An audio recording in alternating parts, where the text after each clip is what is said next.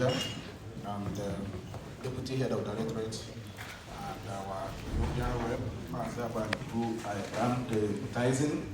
The same token, welcome to our very first time I'm seeing her face. Are you a sister? I know recognize you again. Her husband several times. I never see you for this uniform before. Your wife. No. This is your honeymoon.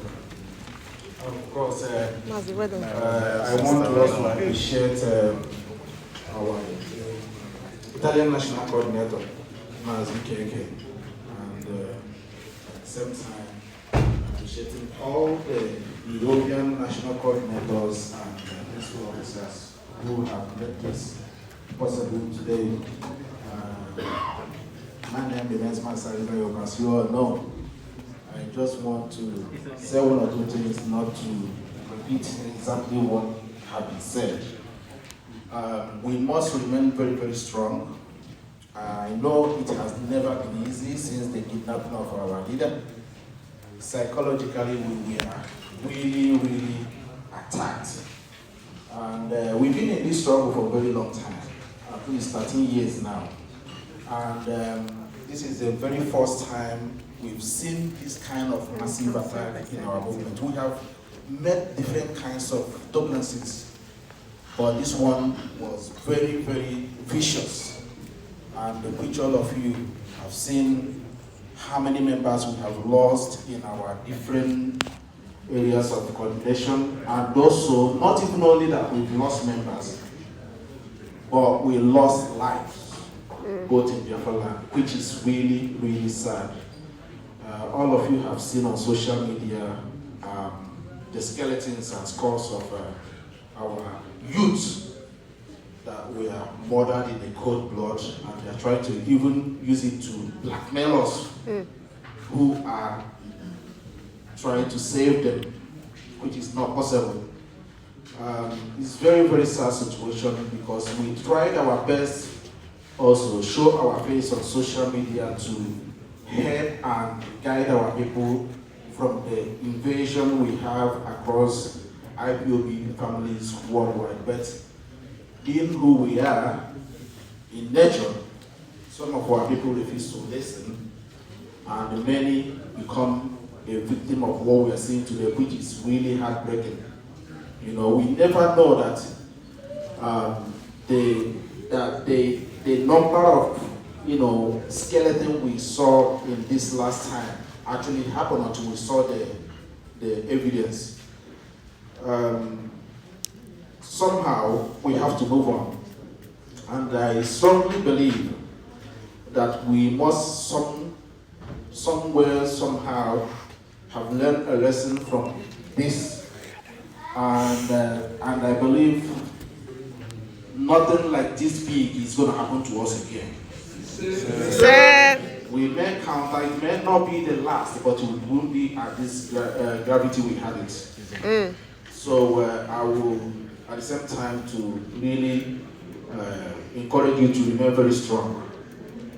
Some of us knew that it's going to be really hard, because fighting for the freedom of Biafra is never been an easy thing. If it was easy, our fathers would have really succeeded by holding it for us.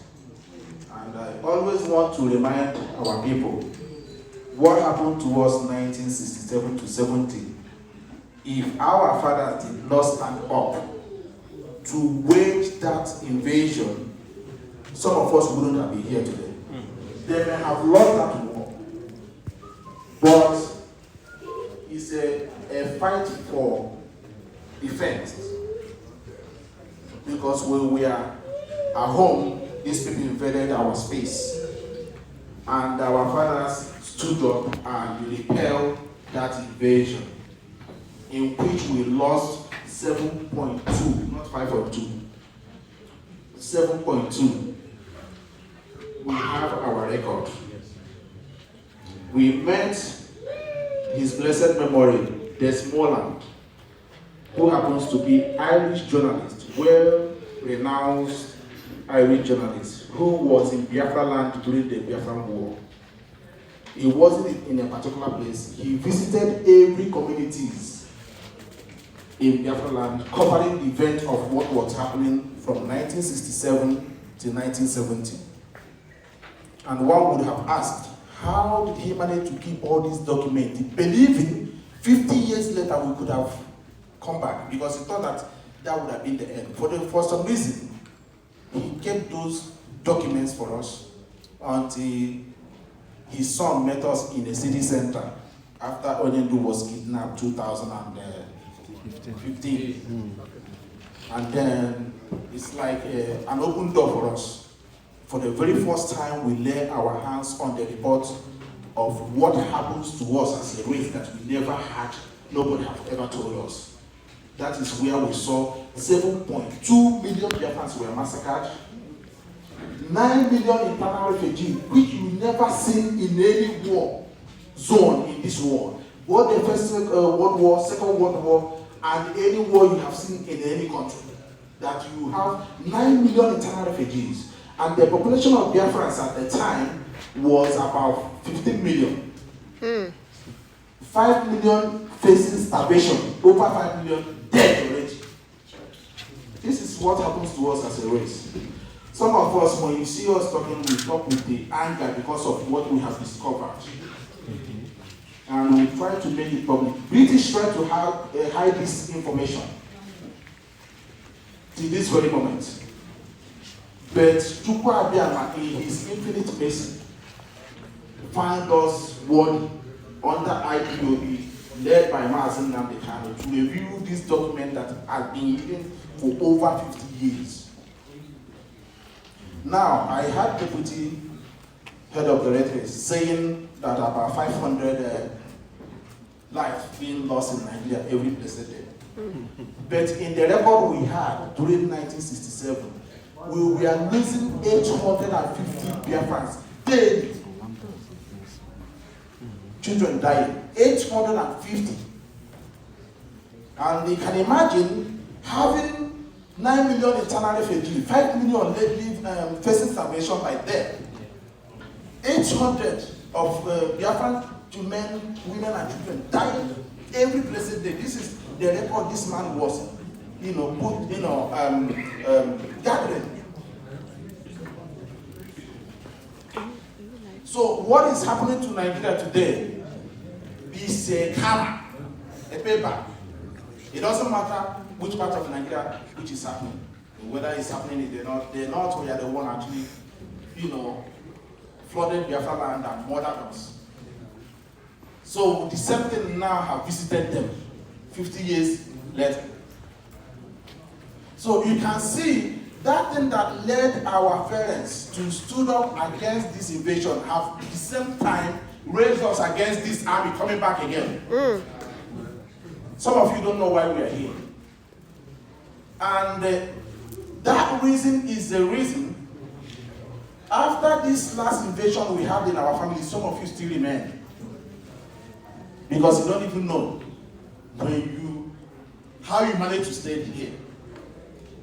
Because it was a terrible invasion. If you haven't got anything to take out from this meeting today, have it in mind that whatever you are doing here, don't think you are doing it for Mazi Chike. You are doing it for Mazen Nnamdi Kanu, or you are doing it for his family. Think that you're doing it for yourself and your upcoming generation, because if we don't stop these people from invading our land now, what our children will face will be worse than what we are facing now. Absolutely.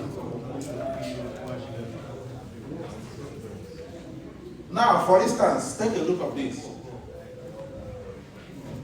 Some of us came here when we are between 19 and 20s.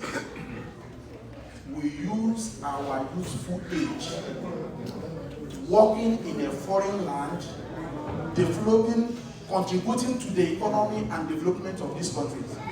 We find ourselves now. And now, look at us, we are growing.